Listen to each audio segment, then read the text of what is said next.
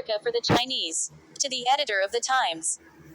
Sir, in a few days Sir Bartle Frere will return to England, and public attention will be directed to the east coast of Africa.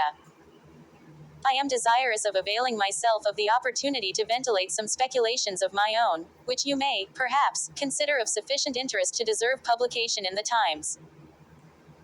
My proposal is to make the encouragement of the Chinese settlements at one or more suitable places on the east coast of Africa a part of our national policy, in the belief that the Chinese immigrants would not only maintain their position, but that they would multiply and their descendants supplant the inferior Negro race. I should expect the large part of the African seaboard, now sparsely occupied by lazy, palavering savages living under the nominal sovereignty of the Zanzibar, or Portugal, might in a few years be tenanted by industrious, order-loving Chinese, living either as a semi-detached dependency of China, or else in perfect freedom under their own law. In the latter case there would be similar to that of the inhabitants of Liberia, in West Africa, the territory which was purchased 50 years ago and set apart as an independent state for the reception of freed Negroes from America. The opinion of the public on the real worth of the Negro race has halted between the extreme views which have been long and loudly proclaimed. It refuses to follow those of the early abolitionists, that all the barbarities in Africa are to be traced to the effects of a foreign slave trade, because travelers continually speak of similar barbarities existing in regions to which the slave trade has not penetrated. Captain Collum has written a well-argued chapter on this matter, in his recent volume. On the other hand, the opinion of the present day repudiates the belief that the Negro is an extremely inferior being, because there are notorious instances of Negroes possessing high intelligence and culture, some of whom acquire large fortunes in commerce, and others become considerable men in other walks of life. The truth appears to be that individuals of the mental caliber I have just described are much more exceptional in the Negro than in the Anglo-Saxon race, and that average Negroes possess too little intellect, self-reliance, and self-control to make it possible for them to sustain the burden of any respectable form of civilization without a large measure of external guidance and support. The Chinaman is a being of another kind, who is endowed with a remarkable aptitude for a high material civilization.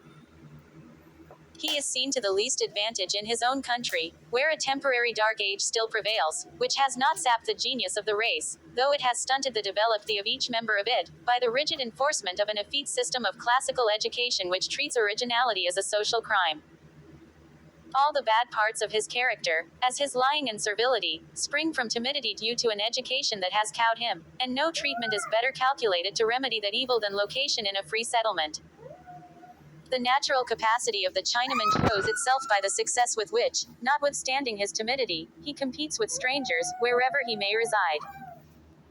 The Chinese emigrants possess an extraordinary instinct for political and social organization. They contrive to establish for themselves a police and internal government, and they give no trouble to their rulers so long as they are left to manage those matters by themselves.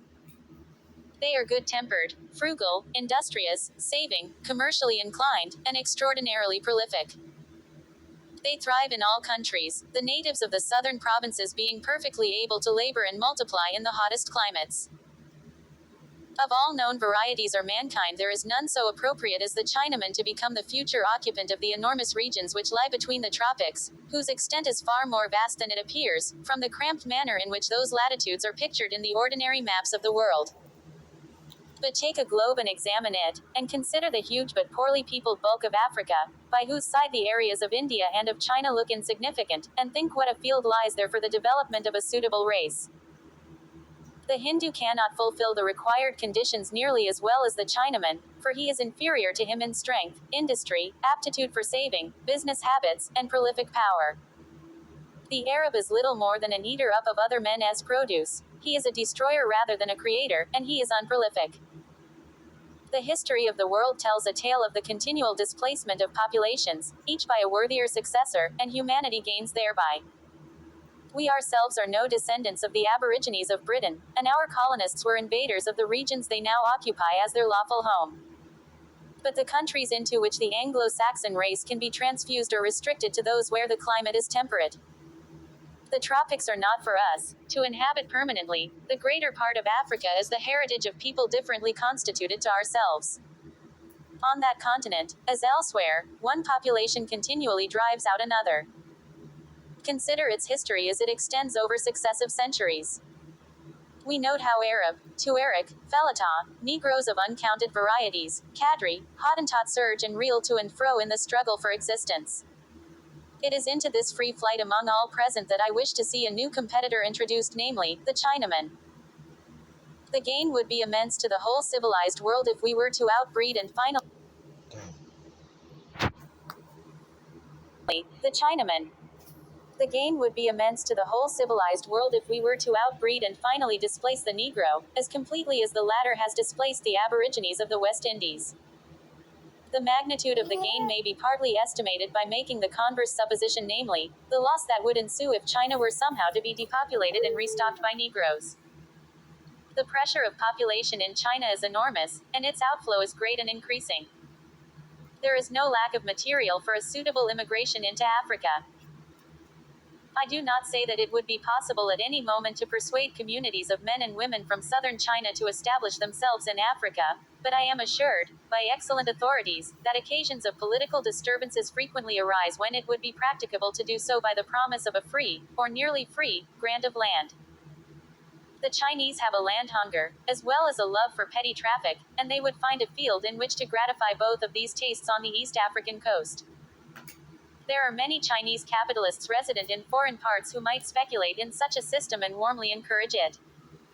If once successfully started, it ought to maintain itself. The colonist could not starve, and when they began to succeed they would send money to their relatives to enable them to follow, just as they now do from the many other parts of the world where they are located.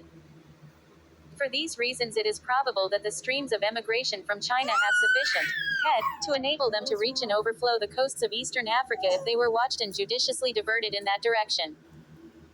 I have finally to speak of the political effort necessary to secure a free right of occupancy and of settlement at suitable points on the coast. No very serious obstacle seems to stand in the way, certainly none was met with when Liberia was founded.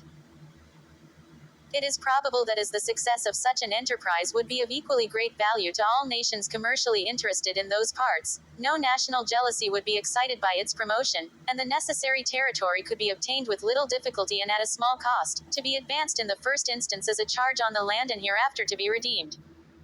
Francis Galton.